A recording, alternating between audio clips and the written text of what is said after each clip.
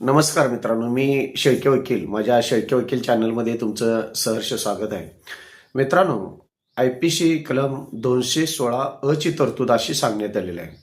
कायदेशीरदृष्ट्या एखाद्या व्यक्ती किंवा व्यक्तीचा समूह, दोन किंवा दोन्हीपेक्षा जास्त व्यक्ती मिळून जर जबरी दरोडा टाकण्याचा प्रयत्न करत असतील किंवा दरोडा टाकलेला असेल, तर अशा ज्या व्यक्ती दरोडा टाकणार आहेत किंवा टाकण्याचा प्रयत्न करणार आहेत, अशा व्यक्ती जर एखाद्या दुसऱ्या व्यक्तीला जर माहिती असेल आणि त्या व्यक्तीनं जर ह्या व्यक्तीनं मग तो जबरी दरोडा टाकलेला असेल किंवा टाकण्याच्या प्रयत्नात असतील, अशी संपूर्ण जी काही गोष्ट ती करणार आहेत बेकायदेशीर, ती जर एखाद्या व्यक्तीला माहिती असेल आणि त्या व्यक्तीनं त्या दरोडा टाकणाऱ्या व्यक्तीनं जर आसरा दिला असेल, तर अशा व्यक्तीला कमीत कमी 7 वर्षापर्यंत शिक्षा होऊ शकते.